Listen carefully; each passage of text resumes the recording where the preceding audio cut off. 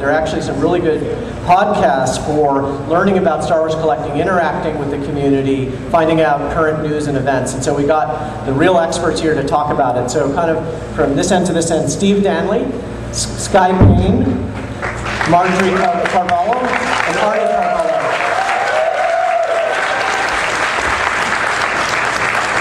Take it away, guys. Thank you, everyone, for coming.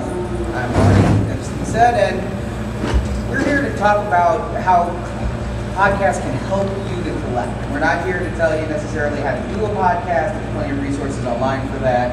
So if you're here thinking you're going to walk out being able to make a podcast, you can talk to us after. We'll tell you how we do that. There's enough out there on that. So we're going to focus on Star Wars collecting. Yeah, so a little introduction as to who we are. Probably most of you know them pretty well. They have a very smooth podcast with production value and a big audience. And then there's us. We're very new. We've been in it, what, 6 months, Steve? Yeah, about 6 months. Yeah, so this is Steve Danley and I'm Sky Payne. We're the hosts. But what we are and who we are is, who here knows the Star Wars Collectors Archive? Yeah, come on. All right. So, if you know it, it's been around since 1994. It's like the New York Times, the Encyclopedia Britannica. So what we're trying to do is to bring a Web 2.0 function to the archive, something a little bit more interactive, and to try to create something that in the future you'll be able to look at as like an audio magazine, but also flip through it like like an audio magazine. And we are Star Wars Action Dudes. We're celebrating our 5th anniversary of podcasting. Like next week, actually.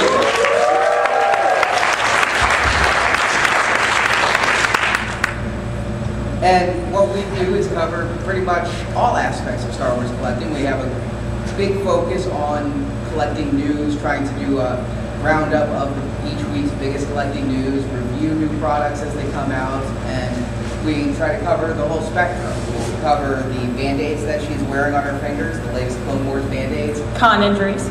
to Gentle Giant, Sideshow, Attackus, Kobukia, all of it, and vintage and new, and everything in between. So we try to just be an entertaining way to learn more about collecting, and our motto on the opening cards of our show is trying to help collectors collect better. And I always say that, to the collecting news sites that are out there, we're kind of like the Daily Show to them being NBC News. And Marjorie and I have a few other podcasts that we do. We've been podcasting, like I said, for 5 years. We were the official podcast of Master Replicas for a while. They called it Propaganda.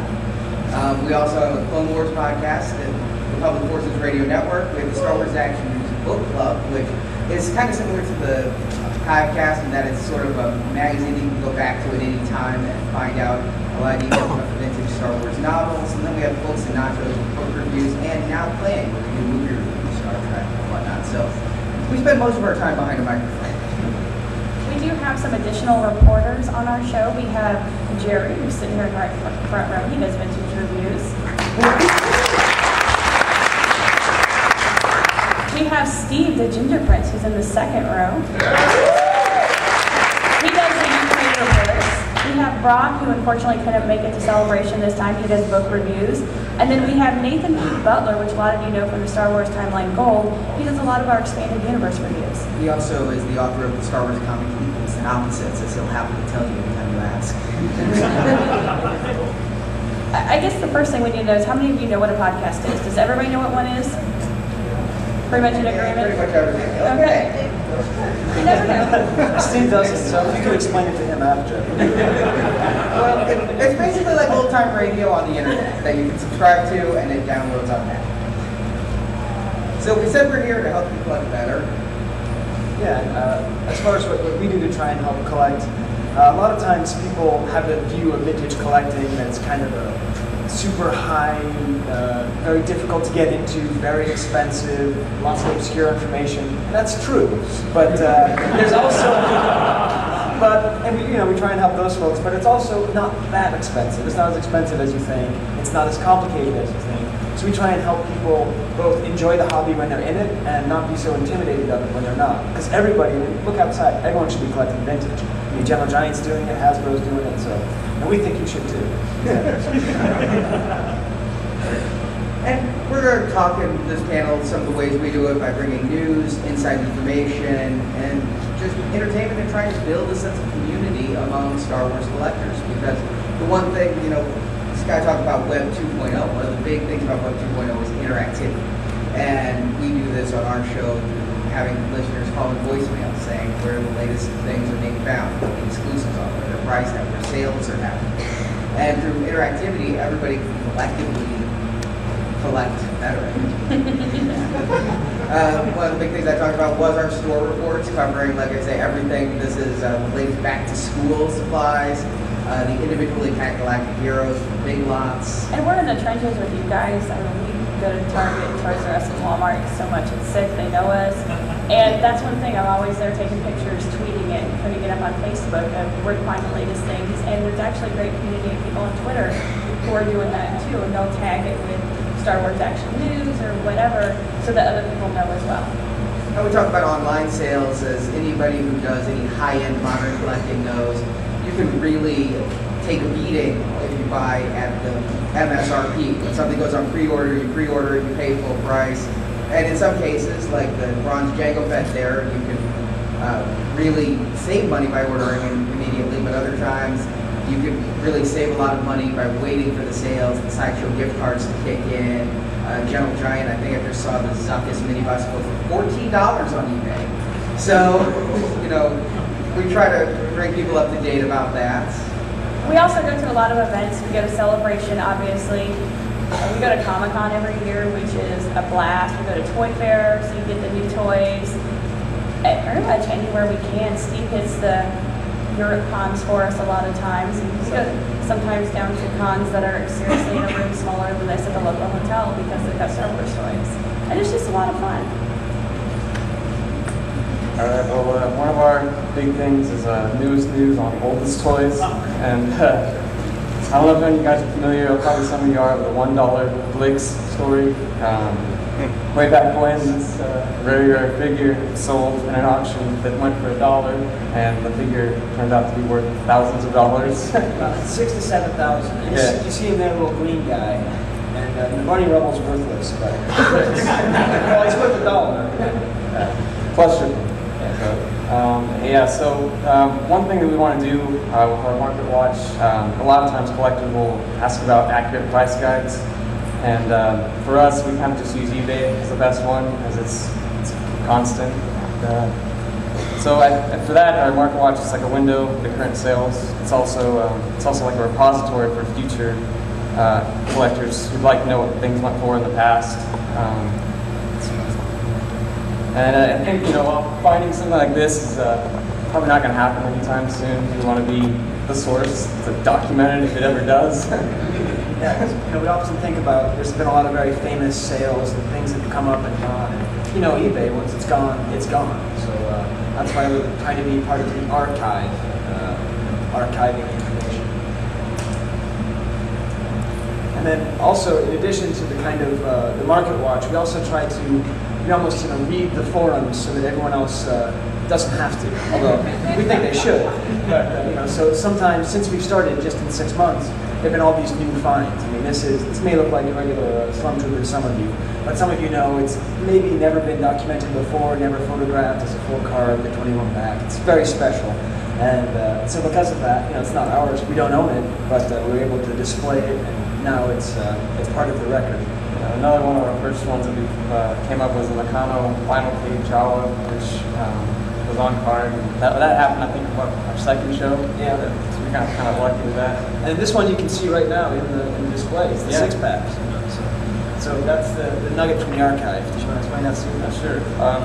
So for the nugget from the archive, it's something that he started on the forums that kind of never took off. I would respond, but I really. That's why he's the host. We try to dig up anything that's random, unique, unknown, and forgotten, and we want to give it the attention it deserves. A lot of things just kind of get buried, and yeah, we often compare it to the end of Raiders of the Lost Ark, where they have all these boxes filled with all these treasures, and all you have to do on the archive is just kind of click once or twice and get lost in the maze, and then you find something like this, which is amazing, and so we wanted to try to add that life to the archive. And we try to bring inside information. If you listen to our San Diego Comic-Con show recently, we had interviews with Hallmark, Gentle Giant, Hasbro. We cornered Daryl on the floor and made him answer the questions that our listeners were posting in the forums after their presentation. We've interviewed Sideshow, Photobookia, FX Collectibles. Great people over there are always on our show talking about their new collectibles, Master Replicas when they were around. Del Rey Books. We have a lot of author interviews because what I think a lot of people overlook in collecting is sometimes the book collecting. The fact that people are out there collecting either the rare, hard to find out of print books or just the new books as they come out. And you go on the convention floor, you see the books everywhere. But most people think collecting, they think toys and statues. So we try to incorporate all aspects of that and bring the inside information about when games go gold. And we just do that through the interviews and going right to the source and making them answer in person the questions that they might ignore by email. We've also interviewed a lot of people on our show. We've done Steve Sansweet quite a few times. We actually just had him on our last show talking about everything that's going on in Celebration. We have Gus and Duncan on quite a bit, if you're not familiar with those guys. Gus is the one who Yes. kind enough to introduce us. We've had Seth Green on, we've had Dave Filoni, Hayden Blackman, all of those authors, which a number of them are here, and the authors are really great interviews because they love it when people take an interest in their book and want to know about character development. Some of them reveal secrets that you may not know unless you listen to the interview. They love to talk.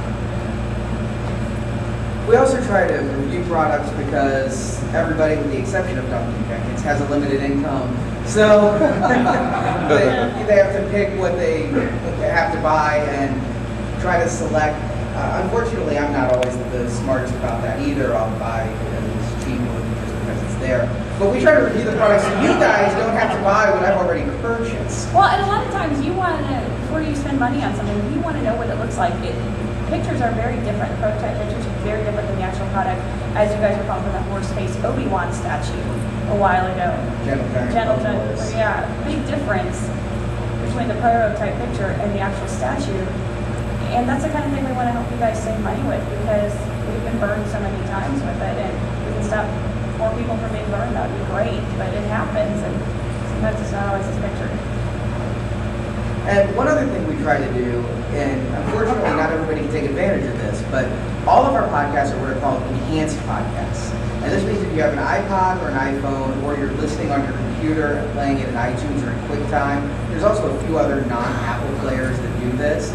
We actually have basically a slideshow that goes along with all of the products we talk about to show images of them that we've taken or find online. So every item we talk about, you can actually see on the screen. And is Fernanda in the audience? Is she here? We have a great story. One of our listeners, Fernanda, was watching the Enhanced podcast while driving the car while we reviewed the Millennium Falcon by Master Replicas, and she did rear-end another car. So we do not recommend this if you like to listen to your podcast in the car. Here's an example of what an Enhanced podcast is. It was actually this purchase alone that inspired me to go and rebuy all the other micro collection items to have a display-worthy set. There usually aren't too many of these snow speeders on eBay at any given time, but when they pop up, you can get one with a box in the $70 to $80 range. Now, of course, the snow speeder was a perfect complement to the Hoth play sets. There were in total 4 different Hoth play sets, the most of either of the 3 worlds that were done. The Hoth play sets included the generator attack, the turret defense, the Wampa cave, and the large base set of the ion cannon. Among these sets were several features: breakaway turrets, a blow-apart shield generator, both similar to the 3 3/4 inch version, except this shield generator actually resembles the one from the film. The Wampa cave set included a, let's call it a deluxe-sized die-cast Wampa, and also a Probot that was a mix of die-cast and metal parts. And that was Jerry, our vintage reviewer. He does a monthly segment on vintage, doing that segment, and took all those pictures from his own collection. Steve, we gotta get something like that. You work on that? That's cool, man. We're unenhanced. We have like show notes that sometimes I forget to do. I got to remind them sometimes. Yeah. And the other thing we try to